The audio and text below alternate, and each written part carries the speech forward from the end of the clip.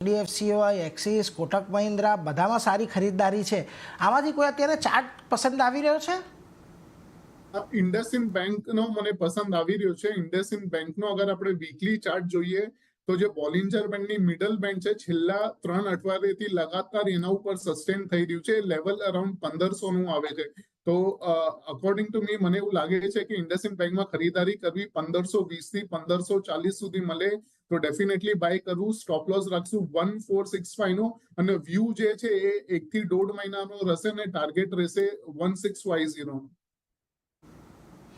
1650ના target માટે ખરીદદારી કરી શકો છો. થોડી ઘટાડે પણ કરજો અને ખાસ કરીને 1-1.5 મહિના માટેનો કોલ છે, પોઝિશનલ કોલ છે, એટલે અહીંયાથી 1650 સુધીના ટાર્ગેટે આવતા જોવા મળી શકે છે. ઇન્ડસઇન્ડ બેંક આજના દિવસના ઉછાળા બાદ થોડો વધારે પ્રોમિસિંગ લાગી રહ્યો છે, પરંતુ અત્યારે સમય થઈ રહ્યો છે એક નાનકડા વિરામનો. વિરામ બાદ પાછા આવીએ, ઓપ્શનની રણનીતિ જાણીશું જીગરજી પાસેથી, પરંતુ એ પહેલાં રોકાઈએ એક વિરામ માટે.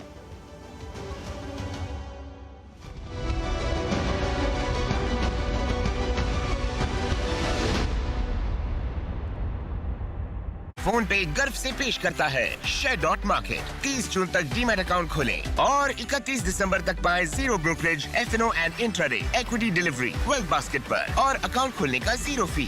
शेयर मार्केट डाउनलोड करें और निवेश शुरू करें। प्रतिभूति बाजार में निवेश बाजार जोखिमों के अधीन है। योजना संबंधी सभी दस्तावेजों को सावधानी से पढ़ें।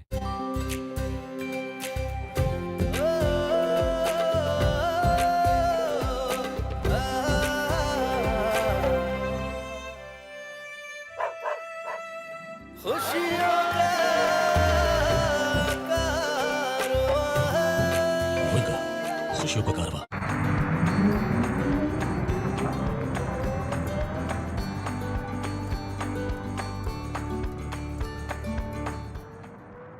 पढ़ता है, खेलता है, झूलता उछलता है, दौड़ता कभी कभी दौड़ कराता है, आगे आगे बढ़ता है इंडिया, अमूल दूध पीता है इंडिया।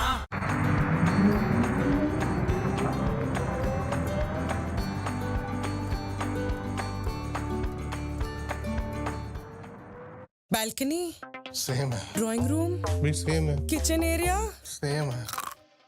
हमने लिए 90 लाख में, आपने लिए 80 लाख में। ये सेम क्यों नहीं? क्योंकि आपके और हमारे होम सर्च ऐप सेम नहीं है। जानिए प्राइस ट्रेंड्स और सही ट्रांजैक्शन प्राइसेस ऑन 99acres.com। घर लेना हो या बेचना, 99 acres से ही पूछना। फोन पे गर्व से पेश करता है शेयर मार्केट। 30 जून तक डीमैट अकाउंट खोलें और 31 दिसंबर तक पाएं zero brokerage, FNO and intraday equity delivery wealth basket पर और अकाउंट खोलने का zero fee. Share market download करें और निवेश शुरू करें। प्रतिभूति बाजार में निवेश बाजार जोखिमों के अधीन है। योजना संबंधी सभी दस्तावेजों को सावधानी से पढ़ें।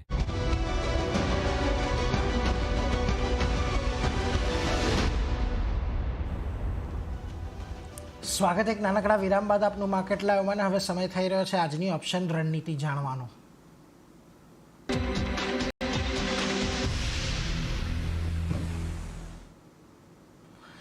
જીગર પટેલ જોડાયેલા છે. જીગરજી, આપે કહ્યું 2-3 દિવસમાં આપણને સારી એવી તેજી અહીં આવતી જોવા મળી શકે છે, તો પછી એ જ પ્રકારની ઓપ્શન રણનીતિ રાખીશું.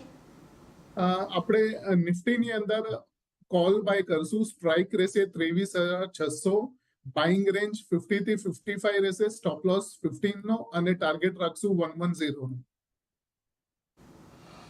એટલે જો નિફ્ટીનો 23,600નો કોલ 55ની આજુબાજુ ખરીદો. અહીંયા 110ના ટાર્ગેટ માટે તમે અહીંયા ખરીદદારી કરી શકો છો. લગભગ 15 રૂપિયાનો સ્ટોપ લોસ તમે અહીંયા રાખી શકો છો. એટલે નિફ્ટીની અંદર પણ હજી એક સારી એવી તેજી આવવાની આશા અહીંયાથી જીગર વ્યક્ત કરી રહ્યા છે. આ સિવાય બેંક નિફ્ટી માટે કોઈ તમને અત્યારે રણનીતિ બની રહી છે? બેંક નિફ્ટી માટે આપણે કોલ જ બાય કરશું, બટ થિંગ એ છે કે આપણે થોડું વેઇટ કરશું. 51,000 નો જે કોલ છે નેક્સ્ટ એક્સપાયરીનો 26 જૂનનો છે. આપણે એને વેઇટ કરશું 280 થી 270 ના રેટમાં મળે, કેમ કે મને એવું લાગે છે સેકન્ડ હાફમાં એક કૂલ ઓફ આવશે તો એમાં કરી જશે. તો 280 થી 270 ની રેન્જમાં બાય કરશું. 170 નો સ્ટોપ લોસ રાખશું અને ટાર્ગેટ 500 નો રાખશું આપણે. એટલે જુઓ, નિફ્ટી બેંકનો આવતી એક્સપાયરીનો કોલ અહીંયાથી ખાસ ખરીદવાનો છે 51,000નો. થોડો ઘટાડો આવે ત્યારે 280-270ના ભાવની આજુબાજુ ખરીદો. 500નો ટાર્ગેટ તમને આવતા અઠવાડિયે ફરી એક વખત આવતો જોવા મળશે. તો નિફ્ટી અને નિફ્ટી બેંક આ બંને સ્ટ્રેટજી બની રહી છે. નિફ્ટીમાં 23,600 અને નિફ્ટી બેંકની અંદર 51,000નો આવતી એક્સપાયરીનો કોલ. એટલે આના પર તો એક ચર્ચા કરતા રહીશું. પરંતુ જુઓ આજે આગળ વધીએ અને સ્ટોક સ્પેસિફિક ચર્ચાની શરૂઆત કરીએ તો એક ઇન્ડસ ટાવર પર ખાસ ફોકસ એટલા માટે પણ પડી રહ્યો છે કારણ કે જો આજના દિવસે અહીંયા એક મોટી બ્લોક ડીલ થઈ છે. લગભગ વોડાફોન ગ્રુપે પોતાનો અહીંયાથી થોડો ઘણો હિસ્સો વેચ્યો છે. જે પ્રકારના આજના દિવસના આપણને આ એક્શન જોવા મળી રહ્યા છે, લાગે છે આ સ્ટોક ફરી પાછો થોડોક નરમાશ તરફનું કામકાજ કરે કારણ કે જો આજે ઘટાડો તો સ્ટોકની અંદર સારો એવો આવ્યો હતો પરંતુ નીચલા સ્તરેથી થોડીક રિકવરી પણ ફાસ્ટ આવી છે. ઇન્ડસ ટાવરની અંદર છે ને બહુ પહેલાના હિસ્ટોરિકલ ટોપ છે અરાઉન્ડ 365 370 ના ઝોનમાં. તો આપણે આ થર્ડ ટાઈમ બસ થઈએ છે મંથલી ચાર્ટ ઉપર અને વીકલી ચાર્ટ ઉપર મને એવું લાગે છે કે થોડું આપણને આવતા જોવા મળી શકે છે. અરાઉન્ડ 300-310 સુધી જોવા મળી શકે છે કાઉન્ટર. તો ત્યાં સુધી આપણે વેટ એન્ડ વોચ કરવું કેમ કે 310 ને 300 વાળો જે ઝોન છે બાઇંગ ઝોન આવશે આપણો. તો ત્યાં આગળ અગર આવે તો જ આપણે બાય કરશું 300-310 ની અંદર. 300-310ની અંદર આવે છે તો જ આ સ્ટોકની અંદર ખરીદારી કરવાની છે. નહીં તો થોડું અત્યારે દૂર રહેવાની સલાહ આજના દિવસમાં બનતી દેખાઈ રહી છે. પરંતુ જો આજના દિવસમાં ટોરેન્ટ ફાર્માની અંદર એક સારું એવું એક્શન આજે આપણને જોવા મળી રહ્યું છે ઓઆઈ ફ્રન્ટ પરથી. કઈ રીતે તમે અત્યારે ટોરેન્ટ ફાર્માને જોઈ રહ્યા છો કારણ કે જો આજના દિવસે થોડોક અહીંયા ઉછાળો પણ આપણને જોવા મળ્યો છે અને ખાસ કરીને જોઈએ તો સ્ટોકની અંદર એક સતત તેજી જ બનતી દેખાઈ રહી છે. આજે પણ જો છેલ્લા જે કેટલા દિવસથી એક રેઝિસ્ટન્સ પાર કરવાની અહીંયા કોશિશ થઈ રહી છે 3,000નું 2920-30ની આજુબાજુની ઉપર તો ગયો છે પરંતુ સ્ટોક ખાસો નીચે પણ આવ્યો છે ઉપરના લેવલેથી. હા, અવરલી ચાર્ટ ઉપર હું જોઈ રહ્યો છું રેન્જ બ્રેકઆઉટ આવી છે પણ 2920 સમથિંગનું જે લેવલ છે એના નીચે આવી ગયો છે. બટ ઇન્ડિકેટર્સ જોઈને મને એવું લાગે છે કે સેકન્ડ હાફમાં ફરતી હાયર સાઇડના લેવલ્સ જોવા મળી શકે છે. તો આપણે આને 2900 થી લઈને 2930 સુધી મળે કરવાનું છે અને સ્ટોપ લોસ નાનો રાખશું 2850 નો અને હાયર સાઇડમાં આપણે 3050 નો ટાર્ગેટ લઈને ચાલશું. એટલે જો અહીંયાથી ખાસ કરીને ટોરેન્ટ પાવર પર આપણને આ મત બનતો દેખાઈ રહ્યો છે એટલે એના પર એક ખાસ ધ્યાન રાખશું. એક તેજીના જ સંકેતો અહીંયા પણ આપણને બનતા દેખાઈ રહ્યા છે. પરંતુ આજના દિવસમાં જો એક ભારત ફોર્જનું કાઉન્ટર છે, પ્રાઇસ એક્શન થોડું વધારે નથી પરંતુ ઓઆઈ એક્શન અહીંયાથી આપણને ખાસું એવું જોવા મળી રહ્યું છે. લગભગ 5% જેટલા ઓઆઈ આજના દિવસમાં વધ્યું છે. ભારત ફોર્જ માટે અત્યારે કોઈ મત બની રહ્યો છે? ભારત ફોર્જમાં 2-3 દિવસથી અગર આપણે જોઈએ તો સિમિલર ટોપ બની રહ્યા છે અરાઉન્ડ 1740 ના પર્ટિક્યુલર લેવલથી. તો મારું માનવું એ છે જ્યાં સુધી આ 1750 ની ઉપર ક્લોઝ નહીં આપે ત્યાં સુધી આપણને હાયર સાઇડ જોવા નહીં મળે. પણ ઓલરેડી કોઈના બાય છે તો પ્રોફિટ બુક કરવું અને ઇનકેસ નીચે 1650 ના લેવલે મળે ત્યાં આગળ આપણે એને બાય કરશું. થોડુંક ઘટાડે આવે ત્યારે ખરીદારી કરીએ. અત્યારે ખરીદારી કરવાની ઉતાવળ ન કરવી જોઈએ. 1650ની આજુબાજુ આવે ત્યારે એક વખત અહીંયાથી ખરીદારીનો ફરી પાછો એક વખત વ્યૂ લઈશું. પરંતુ જો એક આપણે છેલ્લા એક અઠવાડિયાની અંદર નોટ છેલ્લા એક અઠવાડિયાની પરંતુ જ્યારથી સરકારની આજુબાજુની જે અમુક અનસર્ટેનિટી હતી પરિણામ આવ્યા બાદ ત્યારબાદ આપણને પીએસયુ સ્ટોક્સની અંદર એક ધારી તેજી જોવા મળી હતી. એમાંથી જો આજના દિવસે એચએલ છે, બીએલ છે, ડિફેન્સ સ્ટોક્સ થોડાક ઉપરના લેવલેથી જીગર આજે ઘટ્યા છે. અહીંયા કંઈક ધ્યાન રાખવું જોઈએ કારણ કે જુઓ ખાસ કરીને મહત્ત્વની વાત અહીંયા એ પણ છે કે એચએલ જેવા સ્ટોકની અંદર 5500ના લેવલ ગઈકાલે બીજી વખત આપણને એક હર્ડલ સાબિત થતા દેખાયા છે. તો અત્યારે કોઈ ઘટાડે અહીંયા ખરીદારીનો એ રાખવો જોઈએ. એચએલ ની અંદર આપણે જોઈએ તો વન સાઇડેડ આપણે મૂવ ઘણા જોયા છે બટ અગર નીચે આપણને 5000 ના લેવલ સુધી મળે તો જ ટેકનિકલી મને એવું લાગે છે કે આને બાય કરી શકે છે. બટ અધરવાઇઝ અગર હાયર સાઇડ ઉપર જ રહે છે તો હમણાં થોડું અવોઇડ કરવું અને ઇનકેસ 5000 ના લેવલે બાય થાય છે તો 5500 ટાર્ગેટ લઈને ચાલવું અને 4850 નો સ્ટોપ લોસ લગાડીને ચાલવું.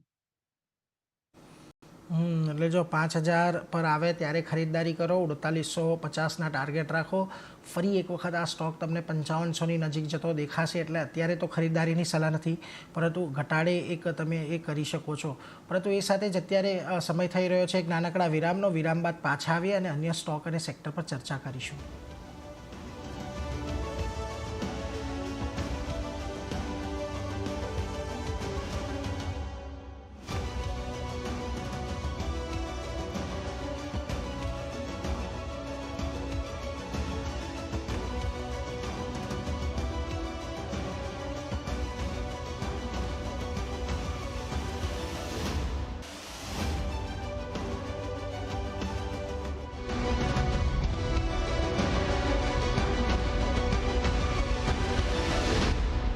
D Development Engineers Limited now proposes an initial public offer of equity shares. The 100% book built offer is being offered at a price band of rupees 193 to 203 per equity share of face value of rupees 10 each. Offer opens on Wednesday, June 19th, 2024. Offer closes on Friday, June 21st, 2024. The anchor investor bidding date is Tuesday, June 18th, 2024. For risks involved and other details, please refer to the red herring prospectus read along with the corrigendum to the red herring prospectus dated 11 June 2024, which is available on the websites of the company, the SEBI, the BRLMs and the stock exchanges.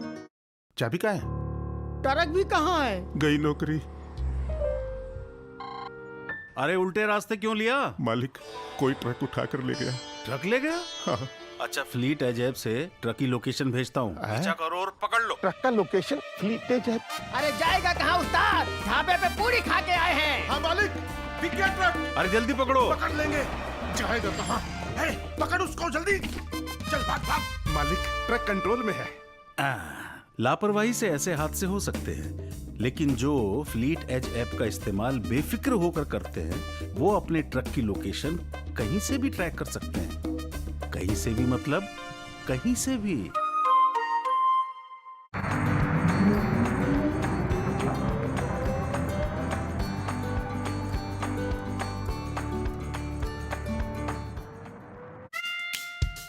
जरा मुस्कुरा दे, हे हे हे, ऐसे तुझी एक चम्मच अमूल की, दिमाग fit और सेहत भी, ऐसे तुझी एक चम्मच अमूल की, जस्ट एक चम्मच अमूल की। फोन पे गर्व से पेश करता है शेयर मार्केट। 30 जून तक डीमैट अकाउंट खोलें और 31 दिसंबर तक पाएं zero brokerage FNO and intraday equity delivery wealth basket पर और अकाउंट खोलने का zero fee. Share market download करें और निवेश शुरू करें। प्रतिभूति बाजार में निवेश बाजार जोखिमों के अधीन है। योजना संबंधी सभी दस्तावेजों को सावधानी से पढ़ें।